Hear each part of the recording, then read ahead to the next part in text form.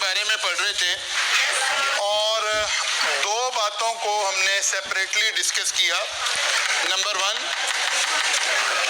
Deductible allowances.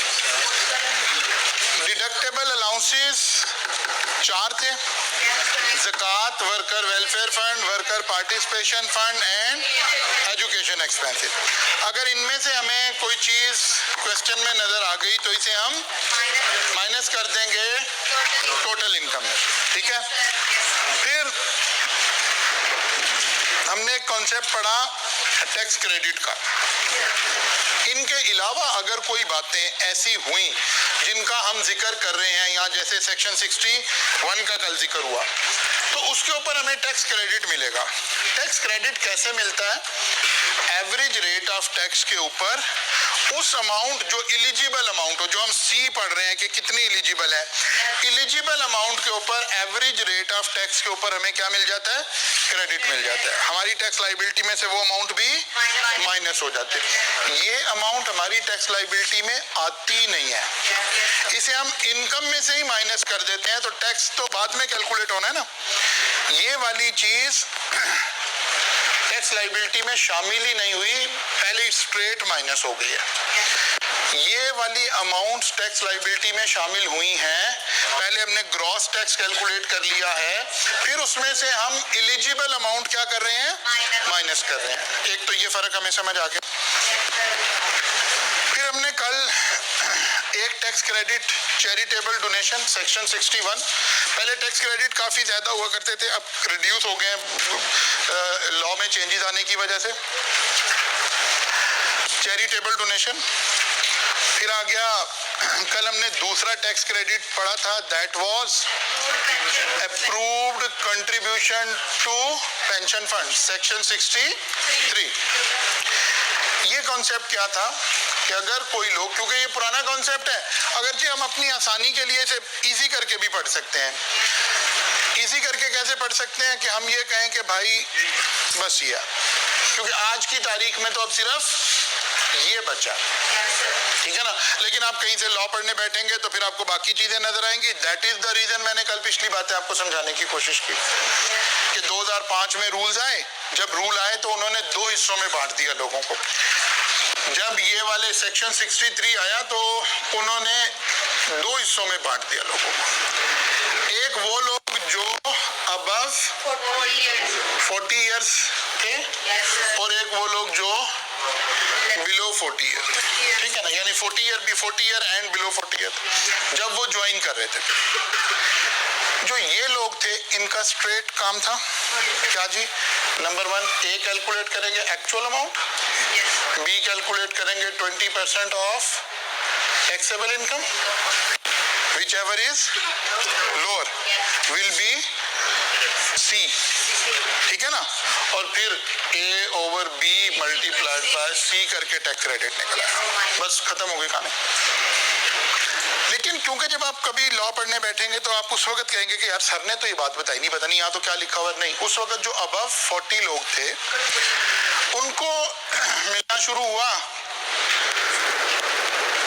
2% per year additional. मसलन एक बंदा 43 इयर्स का था, ठीक है, तो उसको पहले साल 20% तो मिला ही मिला, 3 सालों का 6% ये भी मिला, उसका एलिजिबल अमाउंट हो गई 26%, और अगले साल हो गई 28%, और अगले साल हो गई 30%, ठीक है। लेकिन उन्होंने कहा ये जो हम एक टेम्परेरी फेज लेकर आ रहे हैं, ये फेज कंटिन्यू रहेगा टिल टैक्स ईयर 2019 के बाद ये वाला फेज भी कंप्लीट हो गया। अब सब लोग एट पार पर आ गए। अब 19 को गुजरे भी, टैक्स ईयर 20 गुजरा, 21 गुजरा, 22 गुजरा, 23 गुजरा, हमारे एग्जाम में 24 आएगा। 5 साल गुजर चुके हैं। तो कोई रेयर बात हो सकती है, कभी भी नहीं हो सकती कि एग्जामिनर वो वाली कैलकुलेशन पूछे, क्योंकि वो तो एग्जिस्ट नहीं करती ना। तो इसका मतलब है हमें सिर्फ ये काम करना है, ठीक है ना। क्या काम करना है? Actual amount versus 20% of taxable income, whichever is lower, उसके ऊपर टैक्स क्रेडिट मिल जाएगा। ठीक होगी ना बात? लेकिन हमने उसको समझने के लिए उसी तरह दो हिस्से बना दिए और ये सारा काम समझ लिया। जी इसके अंदर तो हमने लोअर और फाइंड करना ना जी, जब 30% के ऊपर 2% का इंक्रीज आता जाएगा, वैसे भी तो हो सकता है लोअर ऑफ ए आर और हाँ, तो जो भी लोअर आएगा वो 20% की स्लैब बढ़ गई है, बाकी लोअर का कॉन्सेप्ट तो अपनी जगह ही रहेगा। लोअर का कॉन्सेप्ट तो अपनी जगह ही रहेगा। मैं फिर कह रहा हूँ, अपने आप को आसान रखें। अब हमारा 20% से अलावा कोई काम नहीं है, बस सिर्फ यही लॉ है आपके लिए, ठीक है ना? आपके लिए यही लॉ है। Actual amount 20%, that's it. वो 22%, 24%, 28% वाली कहानी 2019 तक थी, वो खत्म होगी। अच्छा जी, ये कंडीशन समझा। कौन सी कंडीशन? कंडीशन की अभी बात करते हैं। कंडीशन पर आ जाए। Transfer condition, the transfer by the member of the old scheme of their old balance to the new individual pension account shall not qualify tax credit। जब भी हम कोई नई स्कीम लाते हैं ना, ये आप बात याद रखें, कुछ लोग पहले से कुछ काम कर रहे होते हैं। जब कोई स्कीम अनाउंस की जाए तो पहले वाले लोगों को उस स्कीम में जंप इन करना अलाउ नहीं किया जाता, ठीक है ना? यानी इसका मतलब है हमेशा न्यू लोगों के लिए बात हो रही है। यही बात लिखी हुई है कि अगर कोई बंदा एग्जिस्टिंगली कोई पेंशन स्कीम बना, पेंशन स्कीम तो एक फाइनेंशियल डॉक्यूमेंट है ना, ये तो हमने क्यूएम में फाइनेंस में पढ़ा था। यहाँ तो हम उसका क्रेडिट अलाउ कर रहे हैं कि अगर कोई बंदा, यानी ये कोई स्कीम नहीं है, पेंशन, एन्युइटीज, परपेचुइटीज, ये स्कीम, इंश्योरेंस स्कीम, ये तो पहले से एग्जिस्ट करती है ना। एक बंदा कहता है कि यार मैं तो पहले से लेकर चल रहा था, मेरा ये बैलेंस पड़ा है, क्या मैं इसमें एलिजिबल हो गया हूँ? कहते नहीं, आप नहीं एलिजिबल हुए, आप एक नई स्कीम परचेज करें, उसके ऊपर अप्लाई होगा, ट्रांसफर अलाउ नहीं है। बात समझ आ रही ना? आमतौर पर भी हमारा मिजाज यही होता है ना, कोई एक नया बैच शुरू, आप कहें सर हम उस बैच में जा रहे हैं, हम कहेंगे नहीं यार वो नया एडमिशन आ रहा है, वो उनके लिए बात हो रही है, आपके लिए नहीं हो रही, आप तो आधी से ज्यादा क्लासेस पढ़ चुके हो। ठीक होगी बात? अच्छा जी, अब इसमें से प्रीवियस ईयर की जो कैलकुलेशन है उसको तो देखने की जरूरत नहीं है। अच्छा जी, अरे जो सैलरी और नॉन सैलरी का टेबल है, ये अपडेट होता है जी हर साल अपडेट होता रहता है, हर साल अपडेट होता रहता है। और ये टेबल हमें एग्जाम में अवेलेबल होगा, ठीक है ना? एग्जाम में अवेलेबल होगा, हमारे करंट ईयर का टेबल हमारे पास। हाँ, वो मैं वो कह रहा ना, हर साल अपडेट होता रहता है, तो हमने अपडेटेड वाला अप्लाई कर देना। अच्छा जनाब, 3 उसूल लगे हैं, जरा फिर पढ़ते हैं, ओरिजिनल से पढ़ते हैं। C is the lower of A actual amount, B 20%, however if the join, ये वाली ज्वाइनिंग वाली बात आ गई, और फिर आखिर में क्या लिखा हुआ है? however total contribution shall not exceed 30% of the taxable income of previous year। इधर 3 चीजें कैलकुलेट हो रही है, ठीक है ना? 3 चीजें कैलकुलेट हो रही हैं। कैसे? A कैलकुलेट हो गया एक्चुअल, बी कैलकुलेट हो गया परसेंटेज, जो भी 21, 22, 25%, और सी हो गया 30% of previous year, which ever is lower, ठीक है ना? Which ever is lower. अच्छा, प्रीवियस ईयर भी बाद दफा इनकम दी हुई नहीं होगी एग्जाम में, तो फिर ए और बी अप्लाई हो सकेगा, फिर ए और बी अप्लाई हो सकेगा। अच्छा जनाब देखिए, mister Anjar has disclose taxable salary income of 2.6 million for tax year 2017. He also informed you that he joined the pension at the age of 43 year in tax year 2017. जब स्कीम आई उसने जब join किया 2017 में ज्वाइन किया, जब join किया उसकी as कितनी थी? 43 year. By paying 6,90,000 as contribution, his taxable income for tax year 2016 is 2 million। Let's assume ये आ गया, हम कह रहे हैं आएगा नहीं, ठीक है ना? अब क्या करना था? टैक्सेबल इनकम कितनी आ गई? 26 लाख। डिडक्टेबल अलाउंसेस अगर होंगे तो माइनस कर लेंगे, यहाँ से क्या निकालेंगे? टैक्सेबल इनकम, और इसके ऊपर टैक्स कैलकुलेट करेंगे करंट रेट लगाकर, जो टेबल में करंट रेट आ रहे होंगे। कितना बन गया जी? 2,05,000। अब अगर ये क्रेडिट हमें अलाउ ना होना होता तो हमें 2,05,000 पे करने थे गवर्नमेंट को, लेकिन गवर्नमेंट कह रही है कि नहीं यार, आपने एक ऐसी जगह पर 6,90,000 इन्वेस्ट किया है जो एलिजिबल है। क्या देखना है अब मैंने? टैक्स क्रेडिट कंट्रीब्यूशन ए 6,90,000, बी 43 साल में ज्वाइन किया ना तो 6% ये 26% of taxable income. Taxable income कितनी है? 26 लाख। 26 लाख का 26% 6,76,000।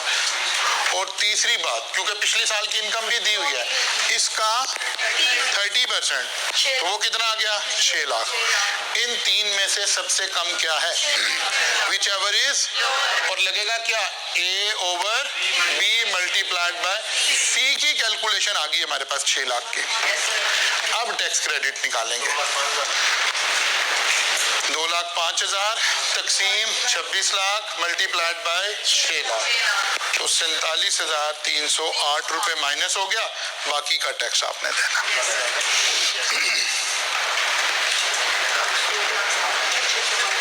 कोई कंफ्यूजन तो नहीं? आप 47,308 रुपया। तो बाकी कितना देना है? 1,57,652। अच्छा,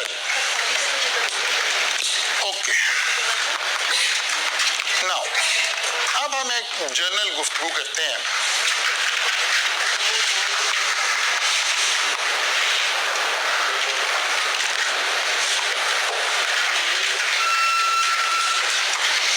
निकालें जी, कॉपी निकालें।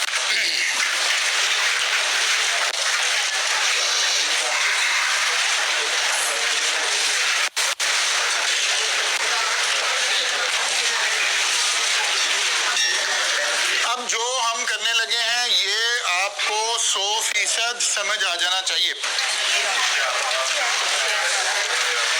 कोई शख्स है जिसकी मिस्टर एक्स की सैलरी है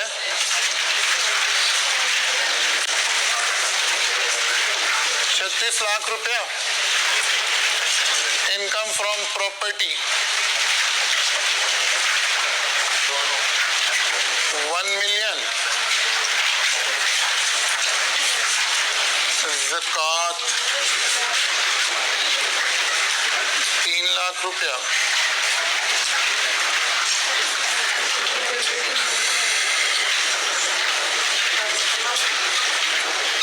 donation to charity institution 5 lakh रुपया,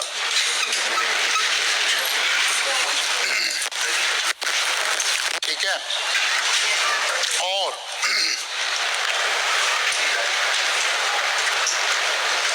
section 42 pension fund, pension fund में पैसे पे किए हैं इसने 12 लाख रुपए। कैलकुलेट टैक्स पेएबल, कुछ नहीं बताया। Calculate tax payable for tax year for tax year 2024।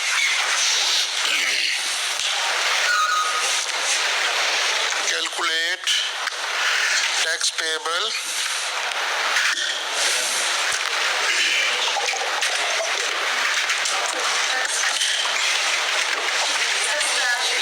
Slab आपके पास होंगे, किताब में से निकालेंगे आप, क्योंकि अब हम करंट स्लैब लगाएंगे ना ताकि आपको कोई कंफ्यूजन है तो वो भी रिमूव हो जाए। Page number 55 of I cap book पे नजर आ रहे होंगे आपको। आ रहे हैं कि नहीं आ रहे हैं? अच्छा जरा ये चेक कर लें, मिस्टर एक्स से पता नहीं चला। अच्छा देखें, सैलरीड के यही स्लैब आ रहे हैं आपके पास, ये अपडेटेड है कि नहीं है, मैं ये देखना चाह रहा हूँ। हाँ अपडेटेड है, यही है स्लैब, चेंज हो गया, अब ये 5% हो गया ना। हाँ चेंज है, ओके। स्लैब आप अपडेटेड वहां से ओपन करें फिर,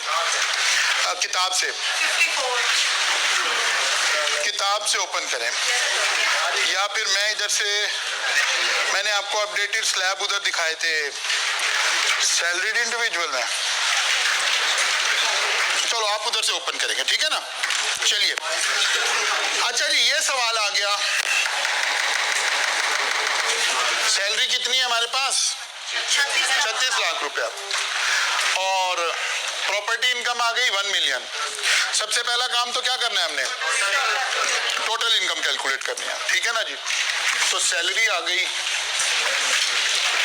3.6 मिलियन, प्रॉपर्टी आ गई 1 मिलियन, ये दोनों एनटीआर में जाती हैं, दोनों का लगा दिया टोटल 4.6 मिलियन, ठीक है ना। ये कहलाई टोटल इनकम, टोटल इनकम। अब लेस की हमने डिडक्टेबल अलाउंसेस, ज़कात हमारे पास अवेलेबल है, and it is assumed that ज़कात इज पेड अंडर ज़कात एंड। अब ये हम लिख कर आए हैं, क्योंकि यहाँ एग्जामिनर ने साइलेंट रहकर बात को ओपन छोड़ा, ठीक है ना। एक बंदा कहता है कि नहीं, इट इज अज्यूम्ड दैट, एक स्टूडेंट कहता है इट इज अज्यूम्ड दैट ज़कात is paid to poor relatives, तो फिर यहाँ से वो नहीं माइनस कर रहा होगा। लेकिन जनरली हमने जब खाली ज़कात लिखा है तो हमने ज़्यादा कोशिश करनी है कंप्लाइंस एजम्पशन लेने की, ये बात याद रखें। हम जब एजम्पशन लेते हैं, अगर एग्जामिनर साइलेंट है तो हम हमेशा कंप्लाइंस की एजम्पशन लेते हैं। नॉन कंप्लाइंस हुआ होता तो ये एक मटेरियल बात थी, एग्जामिनर ने खुद बतानी थी, ठीक है ना। तो हमारी जनरल कोशिश होती है कि हम हमेशा एजम्पशन कौन सी लें, कंप्लाइंस एजम्पशन लें, यानी इट इज अज्यूम्ड दैट ज़कात इज पेड अंडर ज़कात एंड उशर ऑर्डर, डन हो गया। ये लाइन हमने लिख कर भी आई, आखिर में लिखते गए, ठीक हो गया जी। कितनी ज़कात है जी, 3 लाख रुपए, ये हमने माइनस कर दिया, बाकी क्या बच गया 4.3 मिलियन। ये क्या है, टैक्सेबल इनकम, टैक्सेबल इनकम। अब हमने इस बंदे का स्टेटस वेरीफाई किया, अब हमने इस बंदे का स्टेटस वेरीफाई किया, whether the person is salaried individual और नॉन सैलरीड इंडिविजुअल। तो हमने 36 लाख को 43 लाख से तकसीम किया, 83%, so the person is salaried individual, ठीक है ना। अब इनकम हमें मालूम है, इनकम के ऊपर टैक्स कैसे कैलकुलेट करते हैं ये बात हमने पहले सीखी हुई है। सबसे पहले देखना है 43 लाख किस स्लैब में फॉल करता है।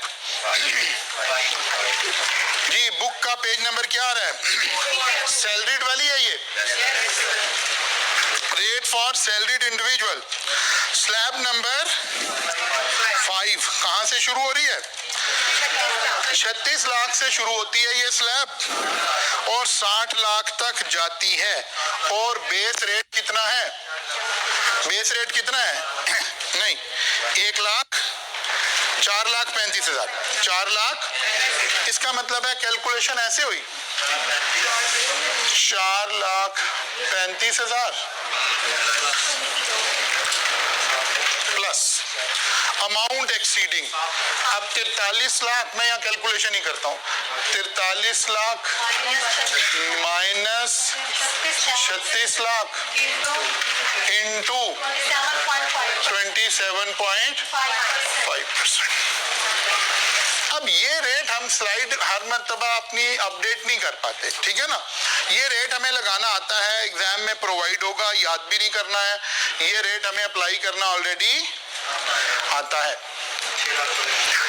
कितना टैक्स बन गया जी?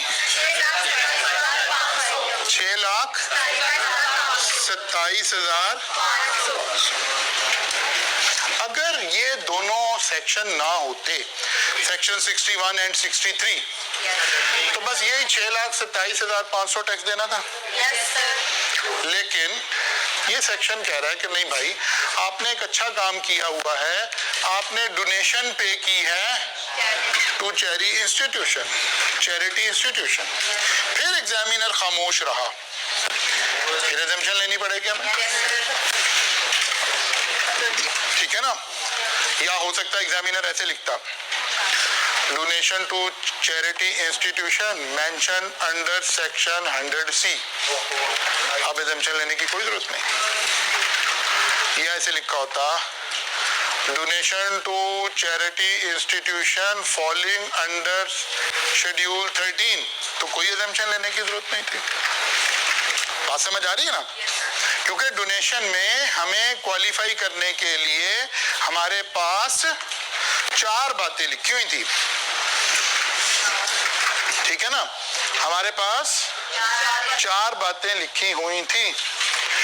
नंबर 1, गवर्नमेंट, कौन से इंस्टीट्यूशन, यूनिवर्सिटीज, कॉलेज, पहली बात वो लिखी हुई थी। फिर हॉस्पिटल्स लिखे हुए थे, फिर 100C लिखा हुआ था और 13।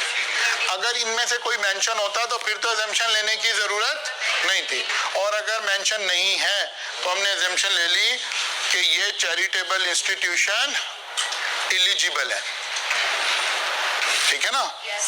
ये एलिजिबल है, these donation are eligible for tax credit. बस ये बताने की जरूरत नहीं है कि यहाँ एलिजिबल है या यहाँ एलिजिबल है, बस हमने एग्जाम्पशन ले ली कि ये एलिजिबल है, ठीक है ना। अगर साइलेंट हुआ एग्जामिनर तो हमने एग्जाम्पशन लेकर फिर आगे चलना है। अगर ये एलिजिबल है तो फिर टैक्स क्रेडिट मिलना है। अब आपकी मर्जी है, आप चाहें तो वर्किंग में जाकर टैक्स क्रेडिट कैलकुलेट कर लें ताकि आपको अपना कॉस्मेटिक साइड ऑफ द जो क्वेश्चन है वो आपकी ठीक रहे। तो आपने कहा जी टैक्स क्रेडिट फॉर डोनेशन, ठीक है ना। हमें सबसे पहले डोनेशन में क्या कैलकुलेट करना है? सी कैलकुलेट करना है। ए क्या है? Actual amount. कितनी है जी? 5 लाख। बी क्या है? बी क्या है? इसका पहले स्टेटस देखना पड़ेगा, इंडिविजुअल है या कंपनी है। मिस्टर एक्स का मतलब है इंडिविजुअल है। इंडिविजुअल की लिमिट क्या है? 30%। अच्छा, जिस इदारे को डोनेशन दी है वो एसोसिएटेड तो नहीं है, इसका मतलब है डायरेक्ट 30% वाली प्रोविजन लगी। तो बी हमने निकाला जी 30% of taxable income 4.3 million, 12,90,000, which ever is lower, 5 lakh का, ठीक है। अब हमने क्रेडिट यही कैलकुलेट कर दिया, A over B multiplied by C. A is 6,27,000, 43 lakh into 5 lakh, 72,965। ठीक होगी बात? अच्छा, इसको जो है ना, नहीं ठीक है, हाँ ठीक, ये आ गया हमारे पास। अच्छा जी, ये किसका टैक्स क्रेडिट निकाला? डोनेशन। फिर हमने लिखा tax credit for pension fund, ठीक है ना। इसकी कैलकुलेशन की। ए क्या है? एक्चुअल अमाउंट कितनी जी? 12 लाख। बी क्या है? 12 लाख। बी क्या है? 20% of 4.3 million, 8 lakh. Whichever is C decide हुआ। फार्मूला फिर वही लगा, A over B multiplied by C. 6,27,500 divided by 4.3 million into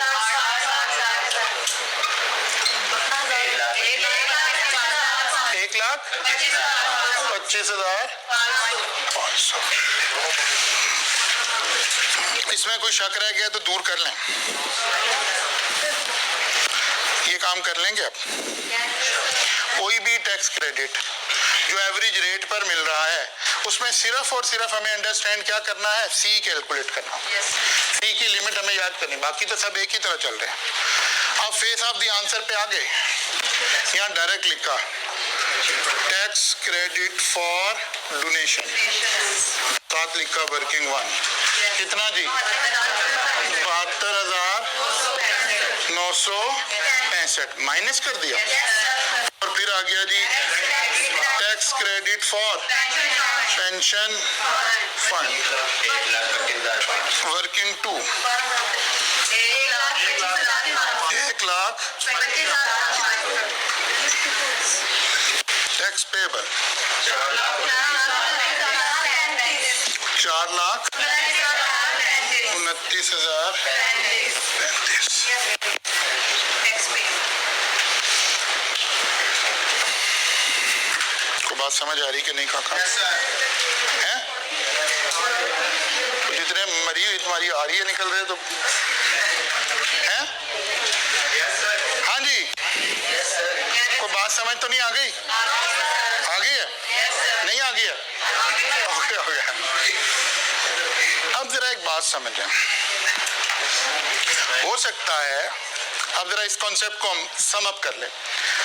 हो सकता है इसी पैटर्न पर कोई एक टैक्स क्रेडिट और आ रहा हो, 2 आ रहे हो, 3 आ रहे हो, 10 आ रहे हो, कोई फर्क नहीं पड़ रहा। वर्किंग में जाके आराम से, वर्किंग में जाने का फायदा क्या हो रहा है? आप इजी हो गए, जरा पेज ज्यादा लग रहा है, कम लग रहा है, आपको कोई टेंशन नहीं हो रही, फिर उठाकर फेस ऑफ द आंसर पर आ जाएंगे। और अगर कोई एक ही टैक्स क्रेडिट हुआ क्वेश्चन में तो उसे फेस पर ही ले आएंगे वर्किंग में जाने की बजाय, भले उसे भी वर्किंग में ले जाएं, कोई फर्क।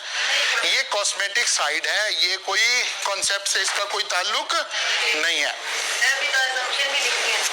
अब इसके बाद यहाँ assumptions लिखेंगे वर्किंग के बाद, ठीक है ना? अच्छा, आप कई assumption लिखने के कई तरीके हैं। ज़कात की assumption ज़कात की वर्किंग पे कर दें, डोनेशन की assumption डोनेशन पे कर दें, सारी assumption इकट्ठी लिख दें, इससे कोई फर्क नहीं पड़ता, ठीक है ना? हाँ, जहां आपने कैलकुलेशन की है, अगर assumption वहां नहीं लिखी, मसलन डोनेशन की assumption यहाँ आ जानी चाहिए थी, ठीक है ना? अगर यहाँ नहीं लिखी हुई है तो यहाँ कहीं लिख दे रेफर टू assumption, कि आप पहले मेरी assumption भी देख लो, मैं किस assumption से चल रहा हूँ। बात समझ आ गई ना? किसी भी तरह प्रेजेंट किया जा सकता है, इसका कोई स्टैंडर्ड फॉर्मेट नहीं है। आप assumption यहीं लिख दें, यहाँ तो assumption चाहिए ही नहीं थी। ज़कात की assumption क्योंकि छोटी सी है, आप यहाँ भी मेंशन कर सकते हैं। हाँ, देख लें जहां आपको फिट बैठ रही है जगह। अगर आपके पास यहाँ जगह नहीं है तो ना लिखें, नीचे ले जाएं, जहां assumption लिख रहे हैं वहां लिखते हैं, ठीक है ना? सारी कंडीशन नहीं लिखनी। It is assumed that zakat paid under zakat and ushrati, और भले एक जुमला ही आना है जरा सा, थ्रू क्रॉस चेक। ज़कात में क्रॉस चेक की थी? नहीं थी, जरूरत ही नहीं थी। ज़कात अब तो सिर्फ एक शर्त थी कि आपने ज़कात गवर्नमेंट को देनी है, क्योंकि ज़कात पेड अंडर ज़कात एंड उशर ऑर्डिनेंस का मतलब है ये ज़कात कहाँ गई है? नहीं, ये तो गवर्नमेंट तो चलो गलत हो गया ना लफ्ज़, अब सही लफ्ज़ बोल रहे हैं, बैतुल माल में गई है। जो पाकिस्तान बैतुल माल है वहाँ चली गई। वही ना, ये वही ज़कात है जो बैंक डिडक्ट कर लेता है या कंपनी डिविडेंड देते हुए डिडक्ट कर लेती है। और ये खैर एक रिलीजियस मामला है, हम उस तरह के मामला क्लास में डिस्कस नहीं करते आमतौर पर, लेकिन आपके पास ऑप्शन होती है जब आप अपना अकाउंट मेंटेन करते हैं ना बैंक के साथ, तो आपके पास एक ऑप्शन होती है कि आप बैंक को कहें कि मेरी ज़कात काटनी है कि नहीं काटनी है, ठीक है ना। तो आप एक एफिडेविट बना के दे सकते हैं बैंक को कि भाई मैं अपनी ज़कात खुद पे करूंगा, आपने मेरी ज़कात नहीं काटनी, तो फिर आपकी वो ज़कात नहीं काटेगा। जब नहीं काटेगा तो ये ज़कात पेड अंडर ज़कात एंड उशर ऑर्डिनेंस नहीं है, जो आप ज़कात पे करोगे उस पर क्रेडिट नहीं मिलेगा। ठीक होगी ना बात। आमतौर पर कंपनी जब डिविडेंड देती है वहां ज़कात करती है। जब आप बैंक में अकाउंट मेंटेन रखते हैं तो उस अकाउंट पे अगर करंट अकाउंट नहीं है तो ज़कात बाय डिफॉल्ट कट जाती है, अगर प्रॉफिट एंड लॉस अकाउंट है आपके तो। या अगर आप वहां नहीं कटवाना चाहते तो आपके पास ऑप्शन क्या होती है, आप ज़कात की अंडरटेकिंग दे दें कि मैं अपनी ज़कात खुद पे करूंगा, बैंक मेरी ज़कात ना काटे। अच्छा जी, नहीं कुछ भी नहीं, बस एज इट, बिल्कुल एज इट। क्लियर होगी बात जी। क्या ये टैक्स क्रेडिट, तीन बातें, डिडक्टेबल अलाउंसेज हमें एंटरटेन करने आ गए, डिडक्टेबल अलाउंसेज एंटरटेन करने आ गया, बंदे का स्टेटस सैलरीड है कि नॉन सैलरीड है ये पता चल गया, टैक्स क्रेडिट 1 2 3 4 5 जितने मर्जी आ जाएं, हर वो टैक्स क्रेडिट जो एवरेज रेट पर आना है वो ऐसे चलता जाएगा। अब रिड्यूस हो गए हैं, पहले 4-5 थे, अब एवरेज रेट वाले बल्कि बचे ये 2 हैं। ठीक होगी बात जी। अच्छा जी, एवरेज रेट वाले टैक्स क्रेडिट आ गए हमारे।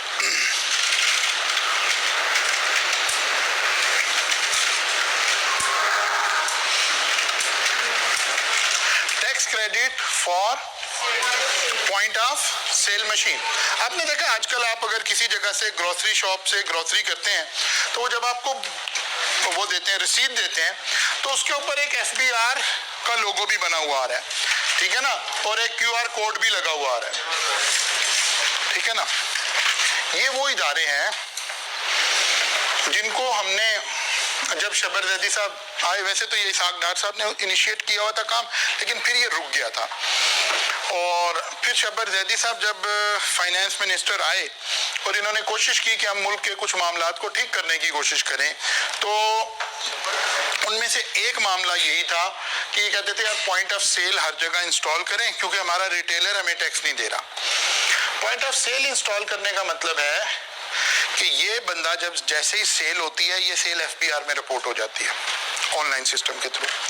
अब ये जो बंदा है, आमतौर पर हमारा, मैंने इस रिटेल सेक्टर में जब मैं फुल टाइम प्रैक्टिस करता था बड़ा काम किया हुआ है, हमारे जो बड़े बड़े रिटेलर है ना ये भी कुछ टैक्स नहीं पे करते, 0 टैक्स पे कर रहे होते हैं, ठीक है, सेल ही कोई नहीं है ये। यानी जिस रिटेलर की रोजाना की सेल 1 करोड़ रुपया है वो रोजाना की सेल 1 लाख भी डिक्लेयर नहीं करता, इतना बड़ा गैप है। वैसे ही नहीं हम मतलब मुल्क का हमारे का बेड़ा गर्क हुआ, हम तो सिर्फ यही समझ रहे हैं ना कि जी हुक्मरान ही लूट के खा गए हैं, ठीक है ना, हर एक ने एक ही काम किया। खैर है नहीं हो, ये तो एक अलग बहस है।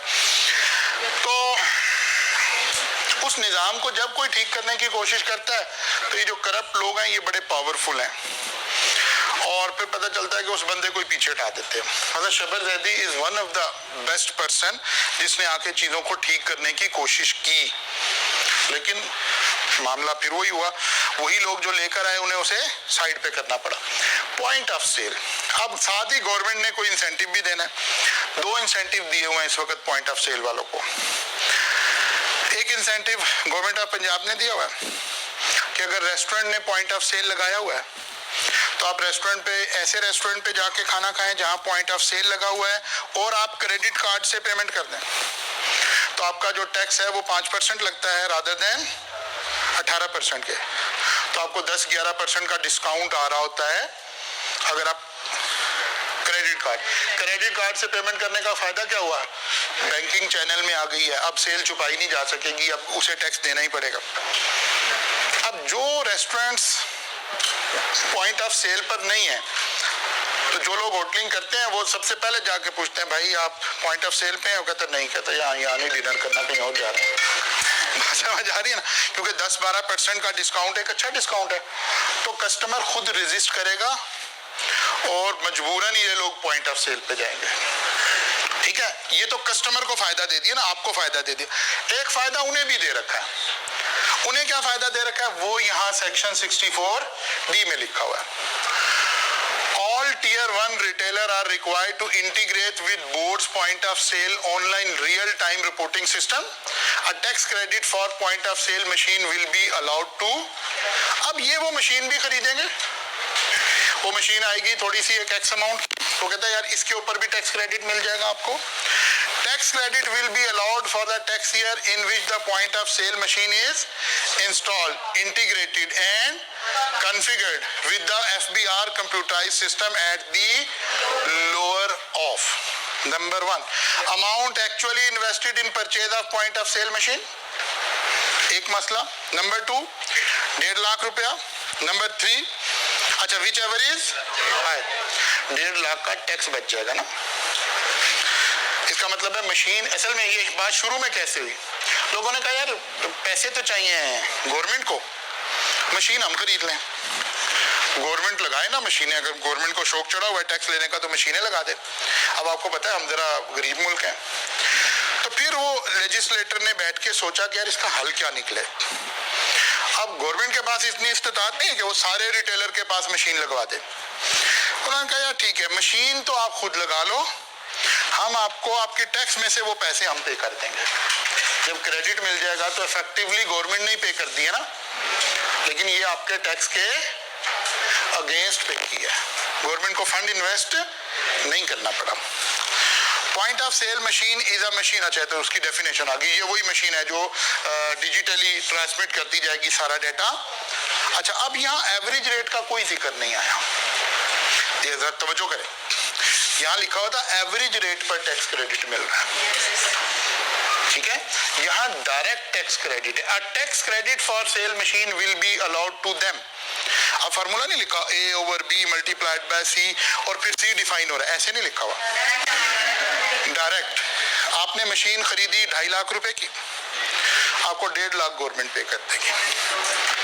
आपने मशीन खरीदी 1,20,000 रुपए की, 1,20,000 गवर्नमेंट पे कर देगी, विच एवर इज लोअर।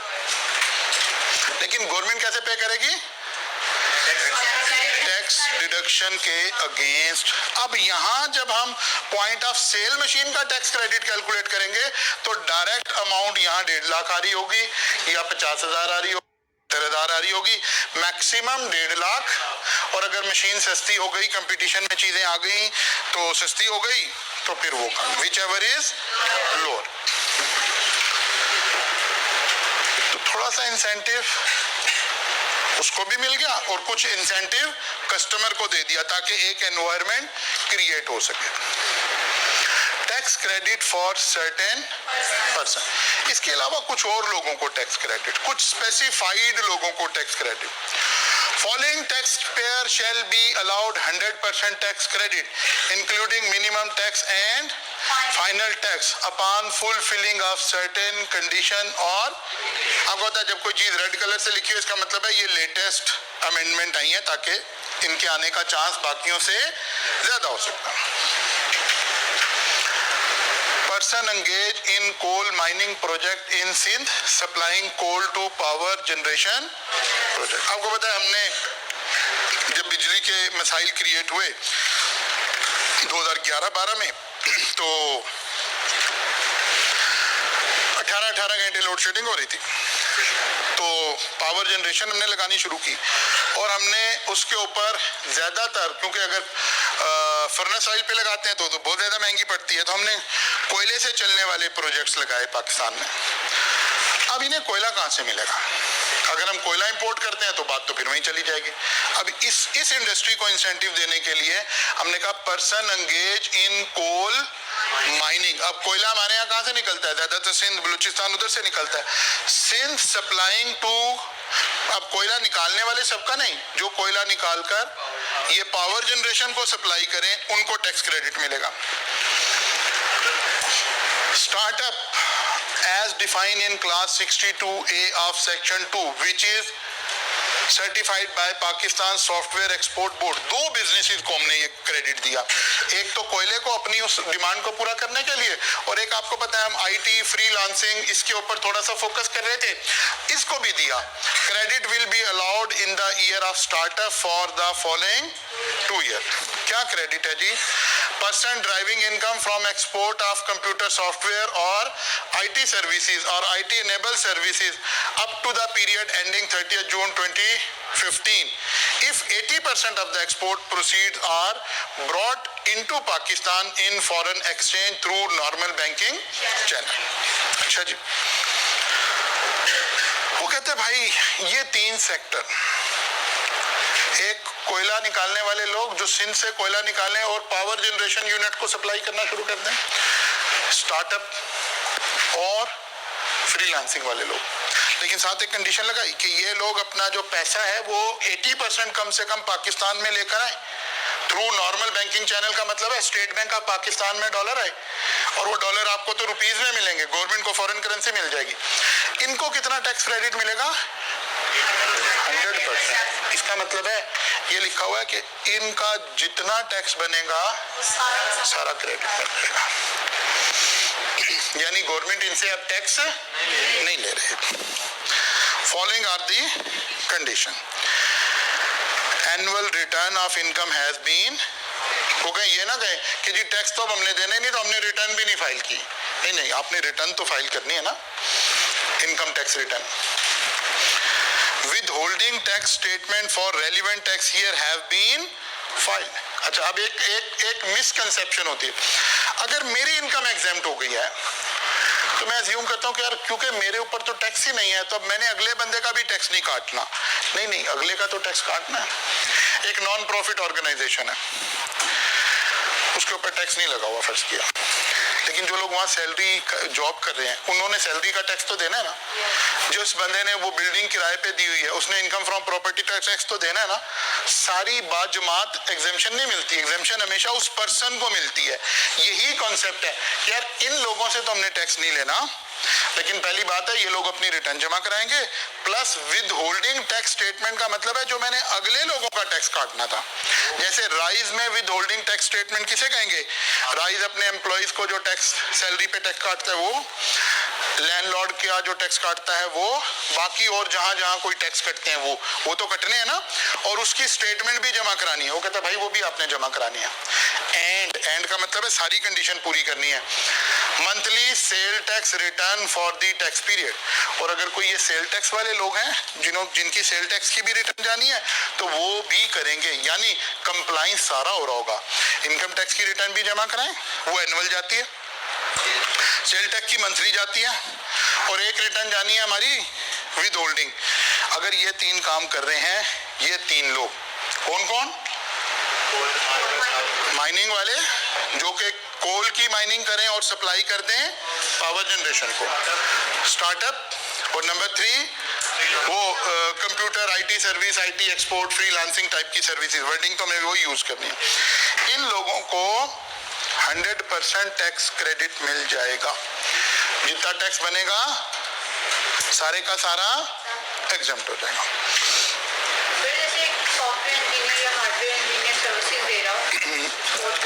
जी बिल्कुल होगी, बिल्कुल होगी, अगर वो आउट ऑफ कंट्री दे रहा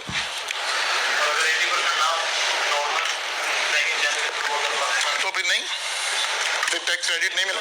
हाँ जी, फुली टैक्सेबल हो जाएगा, फिर फुली टैक्सेबल हो जाएगा। असल में जब कोई इतना बड़ा बेनिफिट मिल रहा हो तो फिर गवर्नमेंट 100% कंप्लाइंस मांगती है ना। बेनिफिट जो दे रही है गवर्नमेंट तो फिर 100% कंप्लाइंस भी मांग रही हो।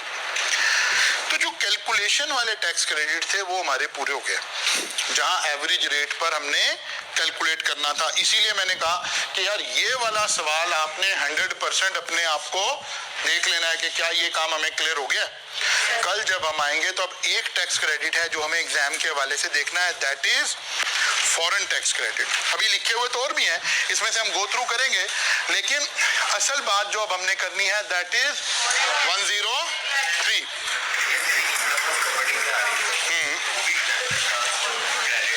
हाँ, अगर ये क्राइटेरिया पूरा, अगर ये क्राइटेरिया। अच्छा जी, कल भी मैंने आपको बताया था कि आज हमारा एक सेमिनार भी हो रहा है एआई के ऊपर, इंशाल्लाह ताला 2 बजे, ठीक है ना। तो आप में से ज्यादातर लोग कोशिश करें कि उसको ज्वाइन करें, ताकि आप थोड़ा सा चीजों को सीख सकें और अप्लाई कर सकें। क्या कह रहे हैं? कल मुलाकात होगी इंशाल्लाह, यहाँ से आगे चलेंगे।